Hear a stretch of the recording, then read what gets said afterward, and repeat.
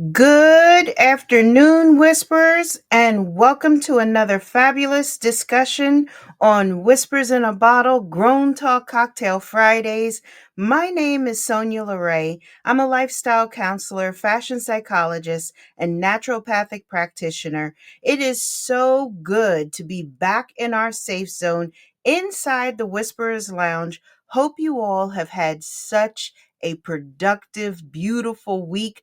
I have to tell you, this week has been just full of abundance. It's been great.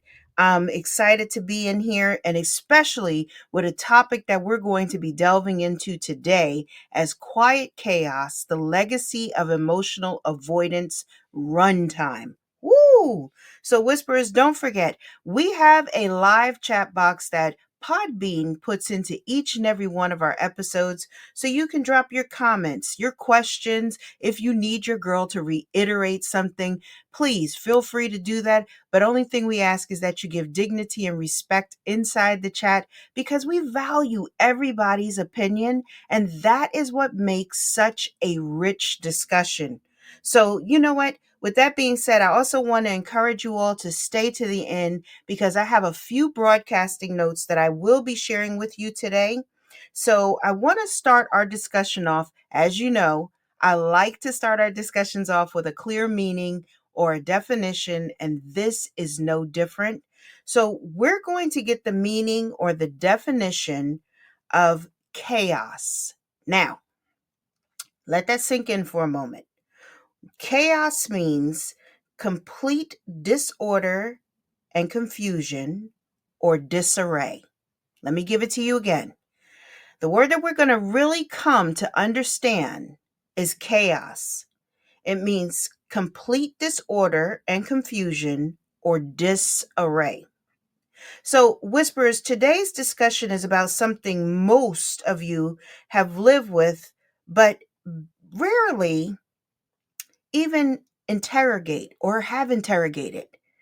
And notice the word that I used, interrogated.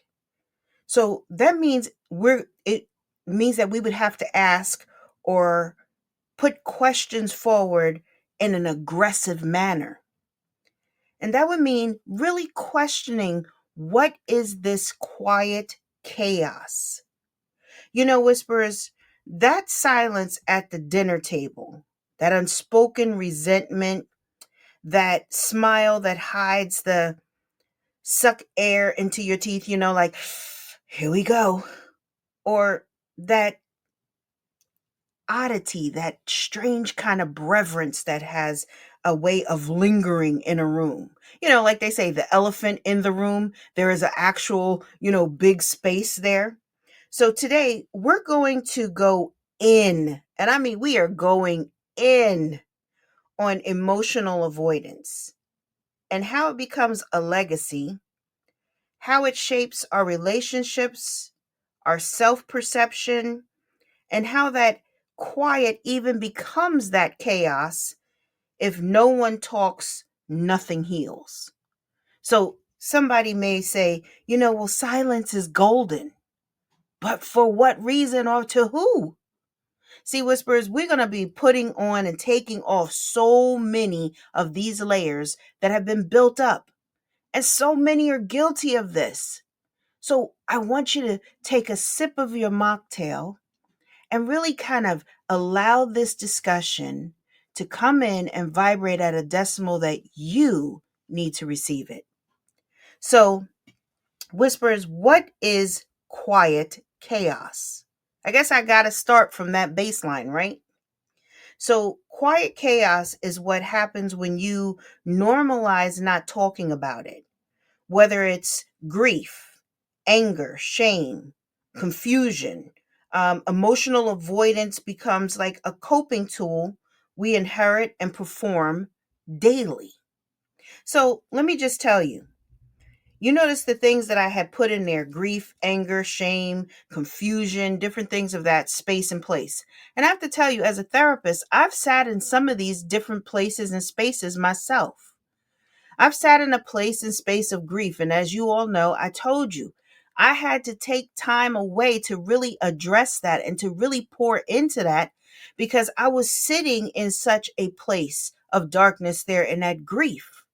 So if I decided to stay there too long, imagine how quiet chaos would have become a part of my lineage, or the things that I would pass down to my lineage and my offspring and the ones that are in constant contact with me. So we have to be willing to do a daily performance of ourselves. That really kind of that scan. I don't know if many of you have had any kind of DEXA scans or MRIs or anything. That takes a deep look into ourselves to see what is happening to us. Well, it's the same thing that we as people have to be willing to do when we're looking at something like quiet chaos, that legacy of emotional avoidance, and its runtime. See, you may look composed, professional, even powerful at some point in time. But inside, there's a swirling silence that leaks out in passive aggressiveness, physical illness, or distance from those who really love you. And we see the passive aggressive behaviors on a daily. You ever get in your car and somebody is just so angry, the light just turned green and they're like wailing on the horn. But see, these are those places and spaces that we see quiet chaos raising its head or bringing its ugly face to the front. So let me help you connect with this, okay? Imagine you wake up already feeling behind. Nothing is technically wrong with you. Your home is clean. Your calendar's full, meaning it's full of good things, great clients, things, opportunities that you've been looking forward to. And everyone thinks you're managing life just beautifully. You're handling it. You are walking, oh my goodness, dynamically. But whispers inside, though, you're spinning. I mean, you're spinning so fast. You check your emails during breakfast, half listening to your partner talk. You're mentally rehearsing meetings while replying to the text messages. And oh my goodness, all of a sudden I meant to send this text to this person. Oh my goodness, now I sent it to this one. You're always on, but not present. You're always on, but not present. There's no screaming, no breakdowns, just constant mental noise, subtle anxiety, and the pressure to keep performing at a high level without pause. That, my friends, that is quiet chaos at its best, its finest, its dynamics. Now, you heard all the things I put in there. But see, that quiet silence or that quiet chaos, it drains you in silence, though. Now, see, it's a quiet chaos, but guess what it's doing? Quietly draining you, quietly sucking your energy away, quietly making you feel you're so tired. Your sleep becomes so shallow. You're good if you get at least a good 4 hours. You might be topping it at 3.5. Your creativity is starting to fade. You start questioning your purpose, even though on paper, even all the accolades, the write-ups, everything you have is showing you are successful. Your clients are just raving over you. Or you're highlighted on different magazines, different talk shows, this, that, and the other, and you feel everybody's like, oh, you're just fabulous. But all of a sudden, you just feel like, nope, that's not it. And that is not imposter syndrome. So just in case if you're trying to diagnose yourself or give yourself a syndrome or sickness, pay attention. That is not it. It's quiet chaos at its best, at its height. So this is the thing. You look fine. You sound fine. but internally you're running on fumes. See, quiet chaos whispers isn't loud, but it's lethal. Now, that's something you may not have even realized. You may not have been put on that table. And you may not even be realizing that you have just taken a fatal dose that is killing you. Because, see, it convinces you to tolerate what's slowly breaking you down. You don't rest. You don't reset. You just keep functioning until functioning becomes surviving. And that's the most dangerous kind of burnout. Now, I work with C-suite executives all day, every day. And I see this on a big scale. And some of you all that are just coming in and listening may feel like, oh my goodness, is this woman speaking to me directly? But if you feel like that, then keep listening. Because guess what? I'm going to give you tools that you need as well. But there is another monster lurking around the corner, and it's how emotional suppression disguises itself even. See, I have to give you all of these things because I need you to really take that bird's eye view. Remember that we said that we're going to really give that, deep questioning, aggressive questioning to ourselves. So in the family, right? You were told what happened in this house stays in this house. You don't even know you were a part of the Secret Service early in your life. You didn't even realize it. You didn't know you was a part of the Secret Service. You didn't even know that there was espionage going on because they told you, your parents told you what happens in this house, and they did it with their teeth clenched. What happens in this house stays in this house. And notice every word, every letter, and every IT was dotted.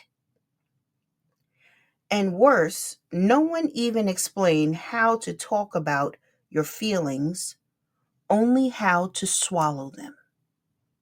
Now that's sad. And unfortunately, many are faced with that. But even on that side of the table, right?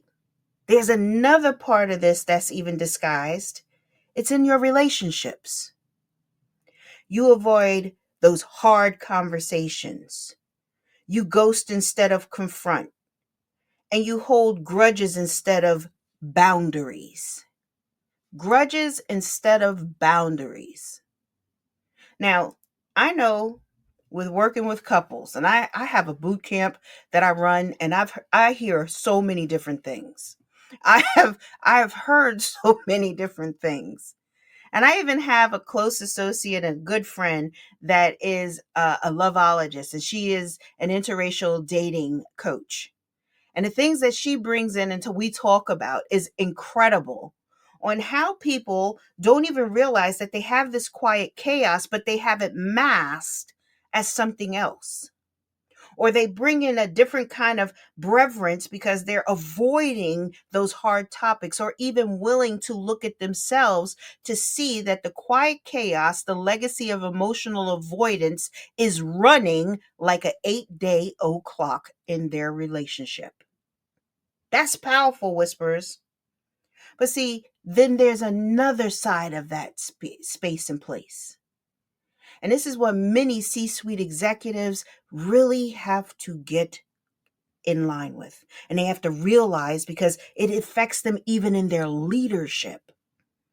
Because you don't address teams dysfunctioning or dysfunctionality. You simply work harder to avoid the discomfort or avoiding to upset those or not to want to, tiptoe around certain things. But that silence becomes tension, misalignment, and even that quiet resignation or that resentment that comes in. Now, I know so many companies that have gone belly up because of the leadership that was not stepping up and really taking hold of the quiet chaos that was inside of them that was trickling down into the legacy of their team. That's powerful, whispers. That shows how this really starts to poison our very existence. See, whispers, avoidance doesn't make things go away. Now, I don't know who told you it did, but it really doesn't. It makes healing impossible. And it also makes certain things magnified too. So, with that being said, I personally think this is a good space for me to introduce our master keys. And now, if this is your first time tuning in to Whispers in a Bottle Grown Talk Cocktail Fridays, let me tell you why I give out master keys. See, the master keys allow us to open up the secret corridors, hallways, and the secret compartments of our hearts and our mind that keep us from being able to step up and step over into our purpose or to eradicate quiet chaos. But see, also those master keys allow us to lock out the inner and outer noise that keep us from moving in our purpose or readjusting our mind's eye so we can start to address something as lethal as quiet chaos. Now that's powerful. I love things like this because this is the thing. I have always been a type of person that learns from illustrations. I have always had the beautiful example. My mother taught through examples.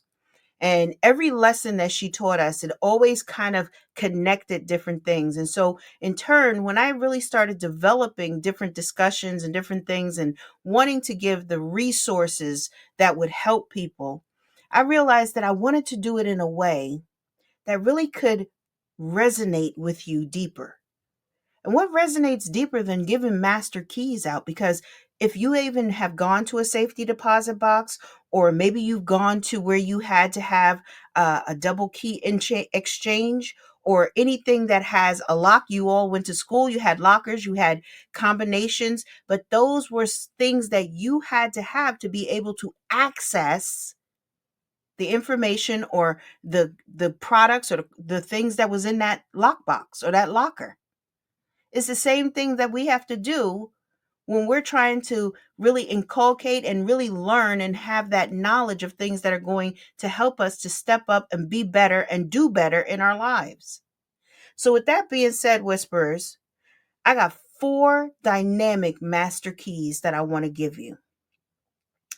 And the first master key that we're going to lean into is something that we've actually discussed before. Matter of fact, it's been discussed 2 seasons ago, and even last season we touched on it too.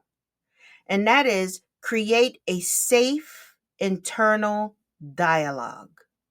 First master key, create a safe internal dialogue. You can't be honest with others if you're lying to yourself. Hold on. So just in case if you need to hear that again, right? That's at that 1841 marker that I said that.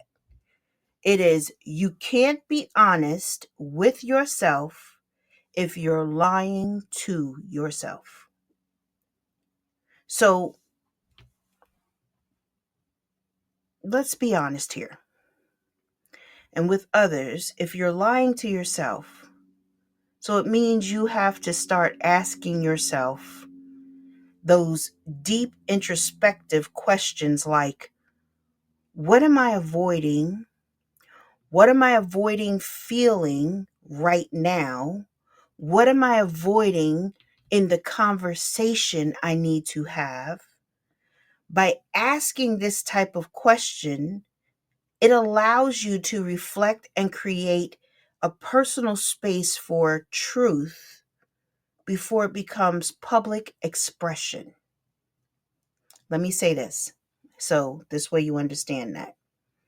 A lot of times when we're in a space and place and we're trying to really uncover certain things, what am I avoiding feeling right now? That really puts up Why am I avoiding talking to this person? Why am I not being open? Or what is it that I'm afraid is going to happen?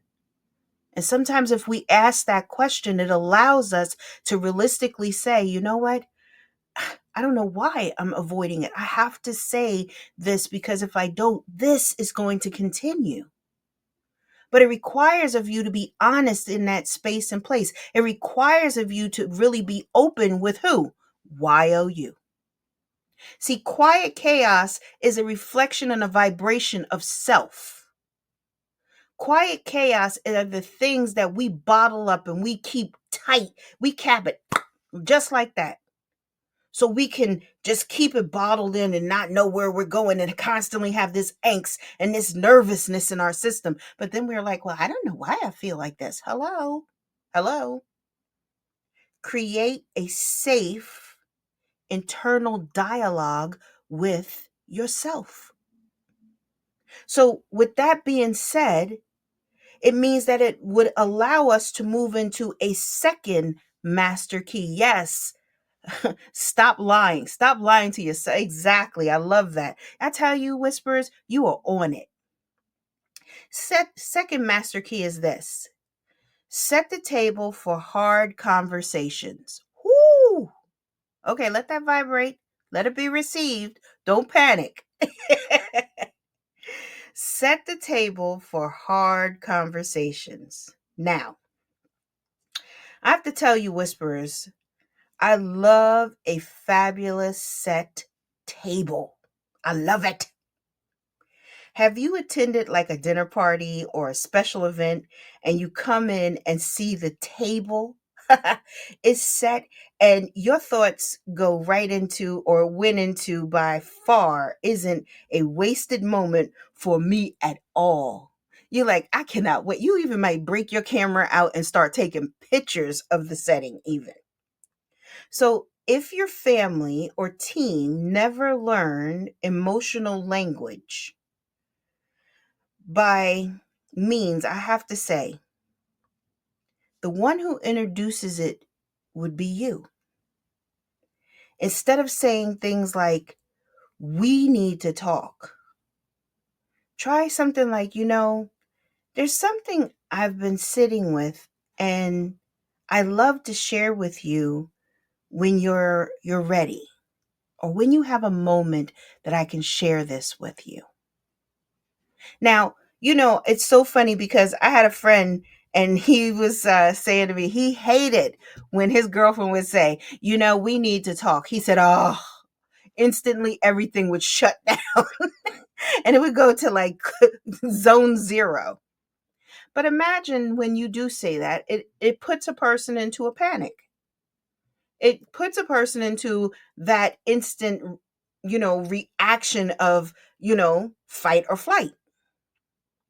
But see, when we preface it things in a different space and place and we say words differently, see, words have power. And we always talk about speak life over yourself, speak life into others. Even when there are disagreements and that hard conversation has to come up, it's the way that you really set the table that allows those to come in and receive it. So imagine if you set this beautiful table for the conversation that could be a little heavy, but the table is set with the finer things, like the china, a beautiful goblet, pretty silverware that matches. The person is ready and it has this bouquet that the flavors, the smells of the food from the kitchen is like intoxicating. Conversations can be the same way if we really start to think about how we are going to pour into them, even in the hard conversations. See, whispers, the tone creates safety and it puts the person in the space to receive and listen to what you want to talk about, what you want to share with them, how you want to share it, and how you want it to be received, and even how you want it to sit in their soul. And their negative energy doesn't start to engage, but the openness comes from a center and a meaningful space and place. You have also given them forethought. Now, you realize that? You have given that person forethought because you have thought about the delivery of the message. You've sat and you've even thought, like, if this person was bringing this to me, how would I want them to kind of set the table so I could hear it and receive it right? And it becomes no argumentative space and place or accusatory space and place. It becomes an active listening discussion. It's almost like you're playing table tennis. Your serve, his serve, we serve, and we are all good because we have given it and set the table for the hard conversation. So imagine how the food looks on that table. It's gorgeous, looks beautiful. But see, the food on that table is the conversation that needs to be had. So now it can be ingested perfectly. And it just is like, oh, this was good. This was filling. I mean, yeah, I got a lot to think about, but you know what? I appreciate you. I've had some hard conversations in my life. I mean, I have had some hard conversations in my life. I've had them with my own parent, I've had them with a sibling, I've had them with teammates. I've had some hard conversations in my life. But I always think back into those conversations about how the person approached the topic or came to me with certain things. I remember one time my mom needed to really talk to me because I have like I told you, I used to have a very short fuse when I was very young. Matter of fact, I would be like, pow, that would be it.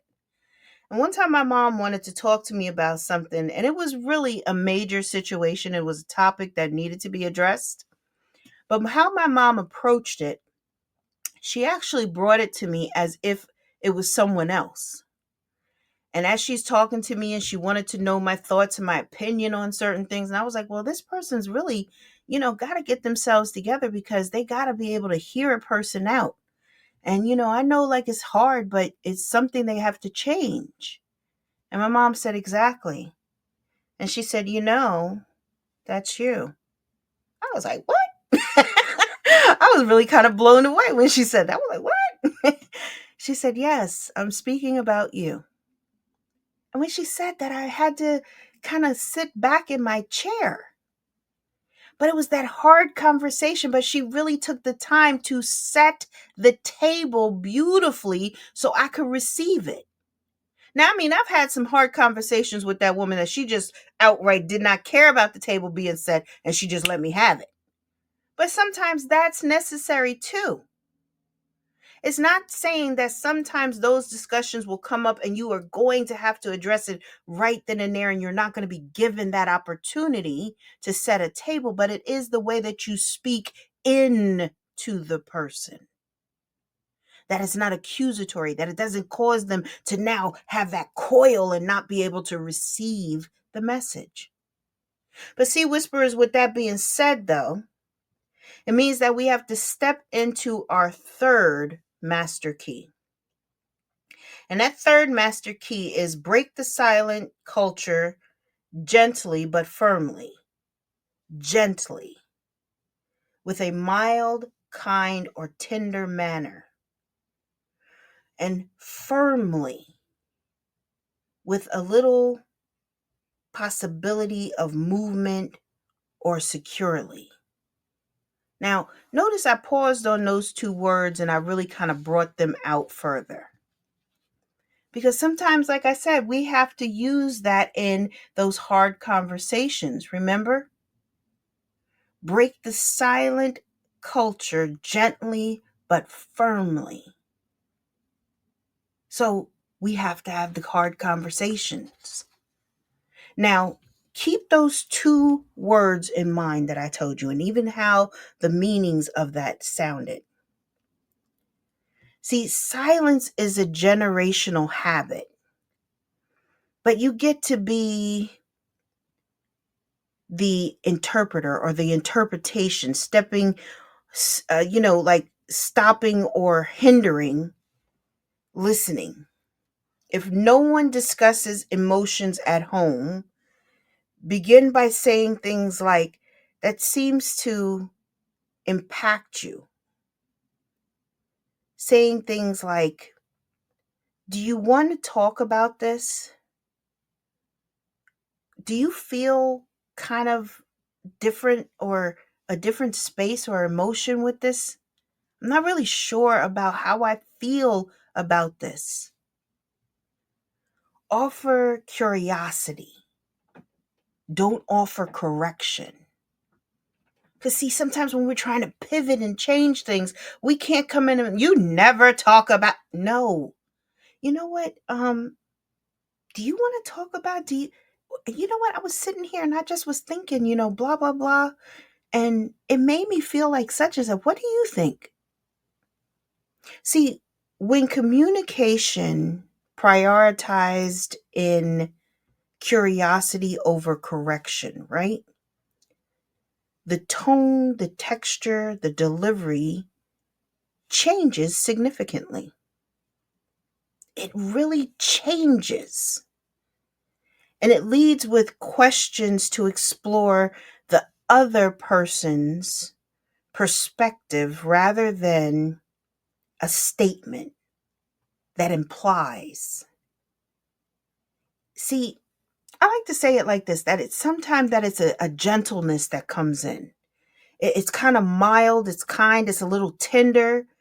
And we need that space and place that gives that type of respect and dignity in there. You know, I face a lot of challenges sometime when I come into a space and place like this with clients that have never had the opportunity of really expressing themselves in this manner. Because, like I said, they came from the Secret Service over there. Their home was the Secret Service. And even if you asked the question, it was the wrong question. It's not to ask why, how, when, or where. You just do what I said. And see, so in turn, people don't know how to speak into this space and place. My family was one of this. And I tell you all sometimes that we definitely probably was not the norm. We were not the norm because in doing all this, all the different people that I've met, I've traveled across this globe and back again. I've had a lot of discussions. People have readily shut their children down in that space and place of why. So even if it was a decision that my mother was making or my parent made, right? Um, Even if we did not like the arrangement or something of that sort, we always had an opportunity to speak into it, to ask that powerful life-giving question of why. Now, it did not mean that it was going to change anything, that the parent was going to say, okay, yes, well, I see that. Okay, no problem. Yes, you go do that. No, no, it might be even a harder no. But it meant that we were willing to sit in a space and place and have those discussions. So then it changes the dynamics of quiet chaos, the legacy of emotional avoidance, and its runtime. The runtime that gets to really start to burn out people. The runtime that constantly snuffs out discussions and learning how to have hard discussions and not squash others. See, when we sit in a space and place so powerful like this, it allows us a bird's eye view of how we need to start to vibrate or what we need to do to really have those master keys open up the corridors, the hallways, and the secret compartments of our hearts and our mind that can gently start to maneuver and move the quiet chaos out.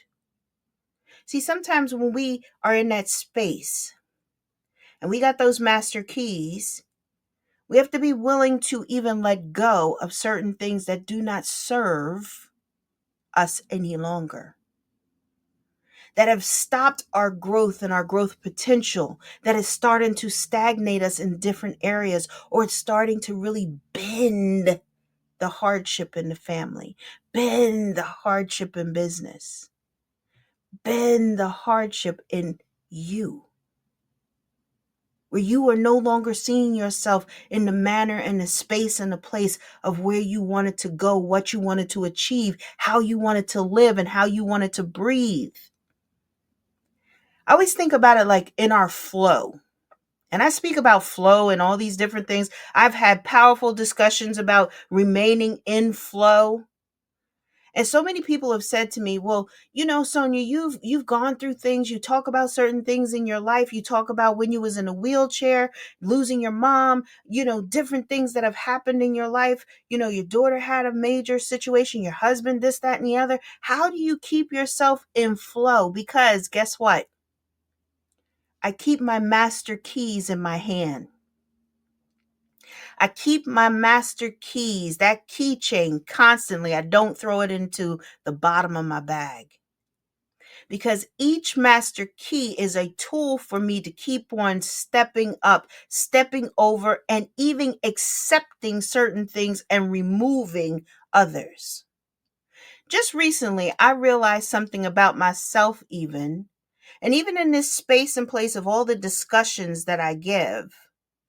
And I do tons of research into every topic that I build out, what I want to bring to the table, how I want to bring it to the table. But I realized in doing that, it also fortifies Sonya LaRae. I've changed as a person over literally almost a 5-year span, because that's when my mom passed. I'm a different Sonya from if you met me even 5 years earlier, prior to my mom passing, to today.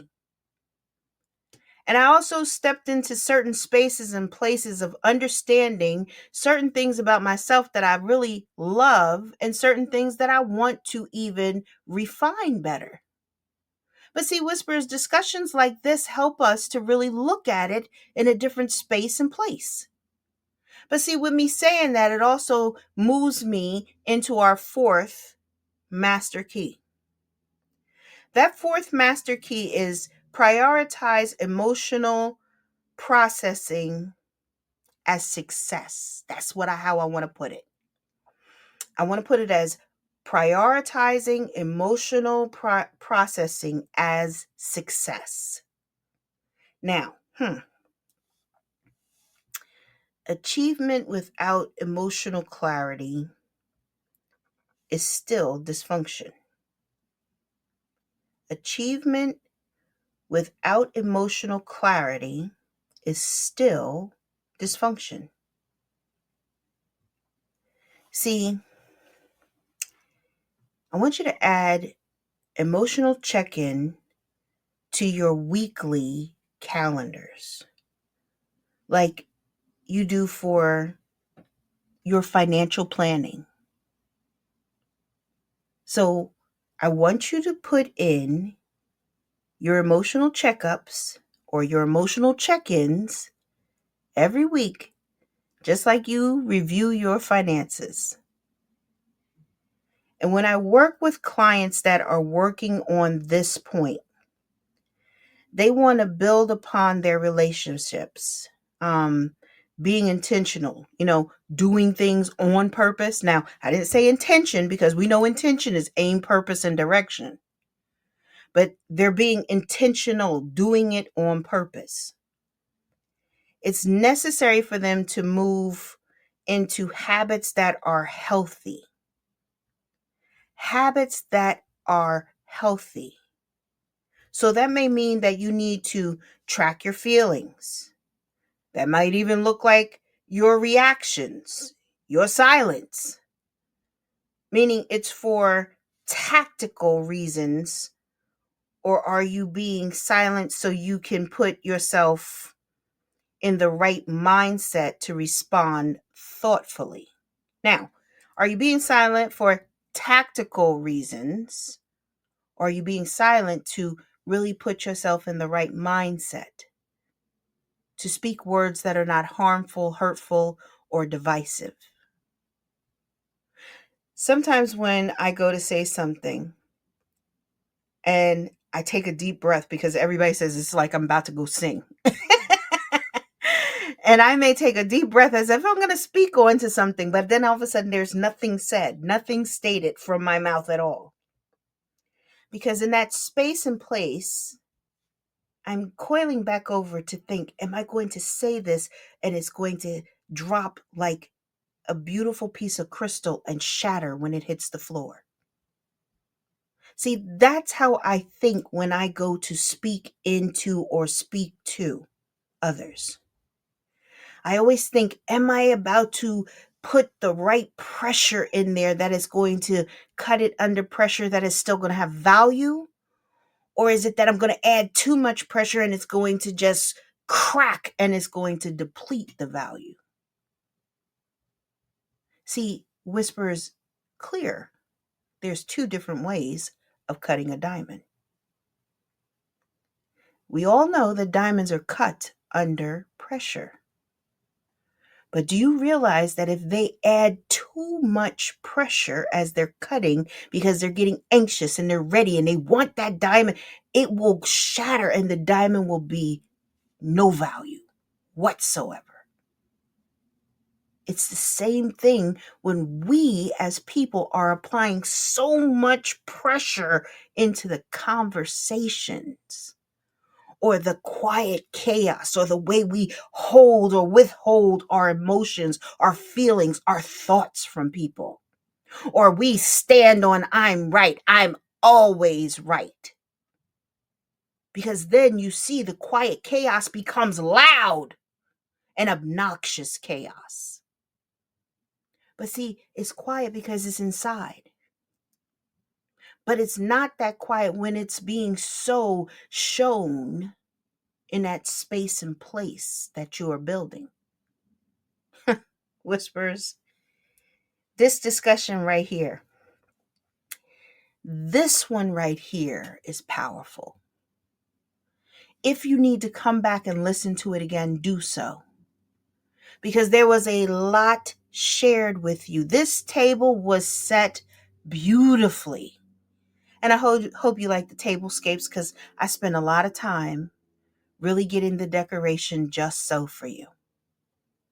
I spent a lot of times on what kind of hostess gift I wanted to place on the table for you, where I wanted to place your glass and how that beautiful mocktail was going to look in that goblet. I took out the good goblets too because I wanted the little gold rim around the edge too. See, it's the way that we put our conversations, our thoughts, our feelings into the space and place. So, avoidance might have protected your parents, but it's costing you clarity, intimacy, and peace. Your silence is not strength. It's suppression with a so-called good wardrobe, but it's saying horrible things behind your back. And trust me, give me 3.8 minutes of your time, and I will tell you exactly what your wardrobe is saying about you behind your back and what it's telling people about you behind your back. First impressions are lasting impressions, indelible impressions. Will quiet chaos be your calling card? Will quiet chaos be the legacy of emotional avoidance and have a forever runtime? Whispers, I tell you, all the time, if you need my help, lean into me. I definitely got you. My calendar is always open. It has a link in the bio. You just have to go in the description box, click it, make you a session call, and let's start building out and building these things and putting the master keys into use. That's what it requires of us, to use our master keys to be able to change and bring forth the true, authentic person or persons we want to be. So, I always tell you I love always being back in our safe zone and birthing such dynamic discussions with you. And our time really moves so quick. I feel like I just welcome you in, and all of a sudden I'm telling you guys, okay, guys, we're getting ready to wrap. So I want to remind you that if you haven't subscribed to our newsletter, make sure that you do, because we have some great content in there, but also we're going to have our broadcasting calendar that will be in our upcoming issue. Will be going out to you all, because we're going to keep you in the loop with certain things, and we're going to keep you moving forward. We have a lot of things that are coming up in this season, and even what we're going to be discussing, how we're going to be doing certain things as well. And please don't forget that you can always, subscribe to the newsletter via the link in the description box, or come on over and follow us on Instagram at whispers in a bottle_podcast. I'm telling you, we got great things going over there as well. And I love to get social with you all anyway. And don't forget, if you'd like me to be a guest on your show, or have me as a speaker at one of your events, or an MC for one of your events, please feel free to tap into my publicist. His name is Trey Bump, or TGPR, and you can reach them at info@whispersinabottlepodcast.com. Once again, that's info@whispersinabottlepodcast.com.